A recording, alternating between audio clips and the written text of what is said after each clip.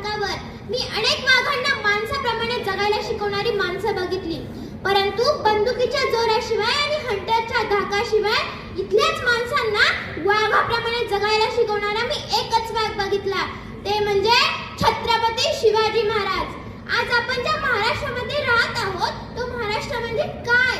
तो महाराष्ट्र म्हणजे शिवरायांच्या विचारांचा, जिजाऊंच्या संस्कारांचा आणि शंभूंच्या पराक्रमाचा साक्षीदार म्हणजे माझा महाराष्ट्र.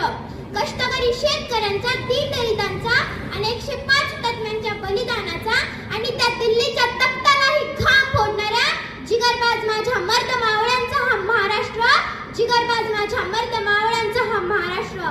आणि याच महाराष्ट्राच्या मातीत 19 फेब्रुवारी 1630 रोजी एका रत्नाचा जन्म झाला, ते म्हणजे छत्रपती शिवाजी महाराज. शिवाजी महाराजांनी त्यांच्या आयुष्यामध्ये वस्तू वापरल्या आणि माणसं जपली, परंतु आपण मात्र माणसं वापरतो आणि वस्तू जपतो. त्यांनी त्यांच्या